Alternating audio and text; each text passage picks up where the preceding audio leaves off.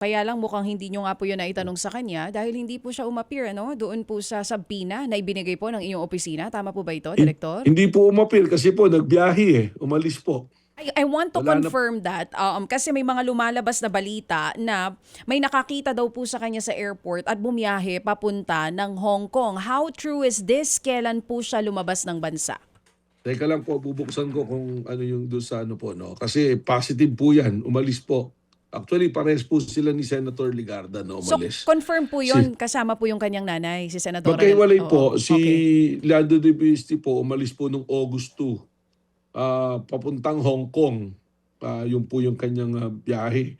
Si Senator naman po, umalis nung August 2 rin, magkaiba po na flight via Hong Kong, pero ang final destination is France.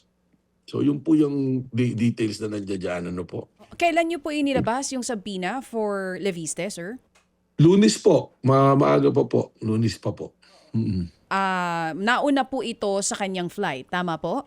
Tama po. I'll just check the date po, DJ Chacha, Sige po. para sigurado po tayo, Oo, no, na Monday, hindi sir, is tayo. August 3, so mukhang nauna po yung paglabas niya Nauna ng po, bansa. yung ano niya. Pero it was already been made public nung Yeah. Friday. Signed na po yung subpoena na ipapadala. Pero he was able to engage a lawyer. May lawyer po siya na in-engage. So kung umalis na po siya ng August at na-receive yung subpoena, nakapakuha pa siya ng abogado. May pinasa pong sulat yung abogado niya sa amin. Ano pong nakalagay sa sulat, Direktor? Pares din po nung kay Kong Jean Paras na sinasabi dun sa sulat ang salita po nila kailangan makita nila yung mga ebidensya laban sa kanila. Yung po yung sinasabi.